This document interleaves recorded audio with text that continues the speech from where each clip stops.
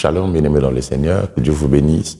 Bienvenue à Aiguise ma foi et très heureux de pouvoir vous présenter ce nouveau numéro de notre émission en cette nouvelle semaine. Nous bénissons Dieu pour la vie qu'il nous prête, pour l'opportunité de pouvoir le servir à travers Aiguise ma foi. Ce moment d'édification et d'orientation que nous passons autour de la parole de Dieu afin d'être construit, afin d'être édifié surtout. Aiguiser, la Bible n'a-t-elle pas dit, le fer aiguise le fer. Et je bénis Dieu parce que ces instants sont des moments où nous sommes régulièrement, mutuellement aiguisés, parce que même nous, par qui Dieu passe, nous sommes aussi édifiés en même temps par ce que Dieu dit au travers de nos vies. Et nous bénissons Dieu pour cette grâce qu'il nous fait, à vous et à nous de pouvoir être en vie pour écouter ces paroles qu'il a prévu libérer en ce jour. Alors, depuis quelque temps, nous sommes en train de traiter sur un sujet particulier où nous parlons sur la vie du père de la foi, Abraham, à qui Dieu a dit, dans Genèse chapitre 17, « Je suis le Dieu Tout-Puissant, marche devant ma face et sois intègre. » Je préfère qu'on le lise encore pour que nous soyons vraiment fidèles à la parole de Dieu. La Bible déclare dans Genèse 17, le verset 1er, lorsqu'Abraham fut âgé de 99 ans, l'Éternel apparut à Abraham et lui dit, « Je suis le Dieu Tout-Puissant. Marche devant ma face et sois intègre. » Dieu dit à Abraham, « Marche devant ma face et sois intègre. » Cet homme marchait avec Dieu depuis plusieurs années, mais il a reçu une manifestation ou révélation particulière de Dieu dans ce chapitre précis. Et de là, j'aimerais rappeler 2-3 petites choses que j'ai eu à dire. Je vous ai fait voir la crise qui sort de Genèse 16 à Genèse 17, la crise de 13 ans entre Abraham et Dieu. Et je vous ai aussi fait voir comment est-ce que Dieu a renoué avec Abraham dans Genèse chapitre 17 et le point focal ou le point de départ par lequel Dieu a commencé la reconstruction de sa relation avec Abraham s'appelle la révélation. Dieu s'est révélé. Il dit « Je suis le Dieu Tout-Puissant ». Quand vous lisez l'histoire de cet homme en rentrant dans Genèse chapitre 12, vous verrez que progressivement, il a reçu des révélations de Dieu. Au départ, Dieu se présente à lui. Il ne dit pas qui il est. Il dit seulement « Quitte ta maison, la maison de ton père, ta patrie, va vers le lieu que je te montrerai. » Plus tard, Dieu lui dit « Je suis ton bouclier et ta récompense sera grande. » Et ici, Dieu lui dit « Je suis le Dieu Tout-Puissant. » Le même Dieu, un jour dit « Je suis un bouclier. » Le même Dieu, un jour vient et dit « Je suis le Tout-Puissant. » Et j'aimerais par là rappeler ce que j'ai eu à me dire, c'est que la révélation a un caractère évolutif. La révélation évolue. La révélation progresse. Et lorsque on ne sait pas détecter le caractère évolutif de la révélation, alors nous passons outre. Il faudrait savoir, mes frères et sœurs, que la révélation de Dieu évolue, elle progresse, elle va de niveau à niveau, d'étape à étape. Donc, Abraham, ici, voit le Dieu Tout-Puissant. Et je vous ai dit que lorsque Dieu se révèle, il présente une facette qui correspond à une action qu'il veut accomplir.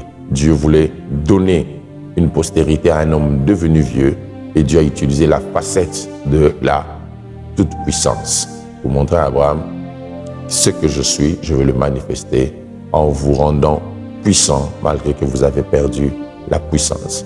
Et c'est ma prière pour quelqu'un, que Dieu vous rende fort, méticuleux et que la toute-puissance de Dieu entre dans vos vies et qu'elle résolve les problèmes que votre puissance financière ne peut résoudre, les problèmes que votre puissance intellectuelle ne peut résoudre, les problèmes que votre puissance des relations ne peut résoudre. Et le deuxième mystère que j'aimerais nous faire voir aujourd'hui sur cette grande pensée, marche devant ma face et sois intègre. Qu'est-ce qu'il faut pour marcher devant la face de Dieu? Le mystère de la face de Dieu. Le deuxième mystère de la face de Dieu, c'est la grâce. Eh bien oui, la grâce. La grâce est l'une des choses la plus puissantes que Dieu a révélées au monde. La grâce, c'est l'une des manifestations la plus puissante de Dieu. La grâce a révélé au monde que le Dieu rigoureux peut montrer une facette qui vous accepte tel que vous êtes, afin de vous faire devenir tel qu'il veut que vous soyez. La grâce a révélé au monde que Dieu est tellement bon qu'il peut venir vers des hommes faibles, des hommes abandonnés, des hommes négligés, et les prendre, les transformer pour faire d'eux des hommes de valeur. La grâce a révélé au monde que Dieu ne prend pas des qualifiés, mais Dieu qualifie les appelés. La grâce a révélé au monde que Dieu peut briser le système, les lois, pour prendre un voleur qui sur la croix était directement destiné à aller en enfer. Mais la grâce a changé sa direction pour l'emmener vers le ciel. La grâce a révélé au monde qu'un homme qui, sanctionné par la loi éditée par le roi lui-même, Méphibosheth, a trouvé l'opportunité de se retrouver à la table du roi à cause de la grâce. La grâce, mes frères et sœurs, est tellement puissante qu'elle ne s'explique pas. La grâce ressemble à une injustice, mais c'est la justice de Dieu révélée au monde par une méthode que le monde n'arrive pas à cerner dans sa totalité. Comment, avec une simple déclaration, une vie peut être transformée? Comment, avec une simple déclaration, des maladies peuvent quitter? C'est la grâce de Dieu. Vous savez, aujourd'hui, quand vous regardez votre vie, ce que vous étiez et ce que vous êtes devenu, vous avez l'impression que vous avez eu beaucoup de chance. Ça ne s'appelle pas chance, ça s'appelle grâce. Rappelez-vous, il y a certains qui ont fait le même type d'accident que vous, mais qui ont connu des dégâts plus intenses que vous. Qu'est-ce qui a fait que vous jouissiez d'une exception? La grâce. La grâce est une loi d'exception.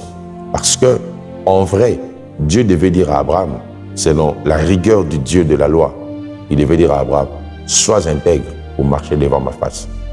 Mais là, la grâce nous montre que Dieu dit, marche devant ma face et sois intègre.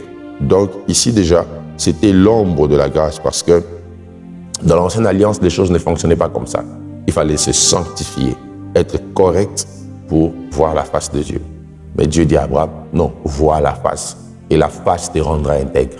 Vois la face et la face te transformera pour que tu deviennes intègre. La grâce n'est pas un laisser-passer au péché, mais la grâce est ce moyen qui transforme les pécheurs en des saints. Le contact avec la grâce accepte les pécheurs tels qu'ils sont, mais le contact avec la grâce ne laisse pas les pécheurs tels qu'ils sont. Ça les transforme pour qu'ils deviennent des hommes saints. Quand quelqu'un pêche au nom de la grâce, il n'a pas compris la mission de la grâce. La mission de la grâce, c'est de te prendre tel que tu es pour te faire devenir tel qu'il est. Car tel il est, tel nous sommes dans ce monde. La grâce, mes frères et sœurs, est tellement puissante que lorsque nous la comprenons, nous passons à une autre dimension. Savez-vous que la face de Dieu tuée dans l'ancienne alliance, il suffisait de le voir si vous êtes rempli de péché. C'est la mort qui allait venir. Voilà pourquoi Moïse, qui a vu la face, a très bien formulé sa prière. Il dit, si j'ai trouvé grâce à tes yeux, fais-moi voir ta gloire. Si j'ai trouvé grâce. Ça veut dire en ces temps-là, la grâce se cherchait. La grâce n'était pas sur tout le monde. Mais nous avons la grâce à notre portée. La grâce a été faite chair. La grâce a vécu parmi nous. La grâce nous a emmené Dieu dans un format d'homme pour que le format naturel de Dieu ou le format surnaturel de Dieu ne puisse pas tuer les hommes. La grâce a fait que Dieu vienne vers les hommes et que Dieu puisse transformer les hommes. La grâce est une méthode extrêmement puissante, mes frères et sœurs. Comprenez la grâce, recevez la grâce, jouissez de la grâce. La grâce est très puissante. Plus vous la comprenez, plus elle se manifeste sur vous. La grâce, c'est quand vous vous rendez compte que vous avez été guéri de cette maladie dont le médecin avait sorti tous les diagnostics pour dire que cette maladie est incurable. La grâce, c'est quand un matin vous vous réveillez, vous voyez que les os ont été reconstitués dans votre corps sans que vous passiez par une opération. La grâce, c'est aussi quand vous regardez les 2 bouts du mois, vous vous dites, mais quand je vois ce que j'ai dépensé et ce qu'on me paye, je ne sais pas expliquer qu'est-ce qui s'est passé. Oui, ça s'appelle la grâce. Parce que la grâce peut prendre 5 pains et nourrir 5000 hommes. La grâce amplifie les petites choses. Et Abraham a trouvé grâce. Dieu a inversé l'ordre. Ne lui dis pas sois intègre. Abraham avait, je vous ai fait voir au début, qu'il était tombé dans un abandon de foi. Mais Dieu n'est pas venu dire à Abraham, répare d'abord. Mais Dieu a dit à Abraham, marche devant ma face et sois juste intègre. Je suis en train de prier en ce jour que la puissance de la grâce de Dieu, la puissance de l'onction de Dieu puisse s'abattre sur vous. Que la puissance de la grâce qui prend des hommes incompétents. Mes frères et sœurs, nous qui vous parlons aujourd'hui, moi qui vous parle, je n'ai pas les mérites, je n'ai pas les titres. Et même le peu de titres que je peux soulever, c'est la grâce qui me l'a donné. C'est la grâce qui me l'a donné. C'est la grâce qui nous a donné des enfants.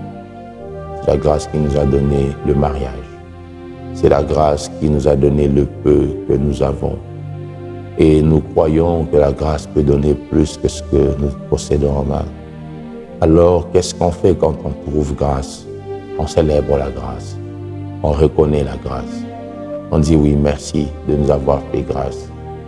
Il dit dans Hébreu, approchez-vous donc du trône de grâce avec assurance. Quand c'est devant le trône de grâce, on est plus sûr d'avoir l'exaucement.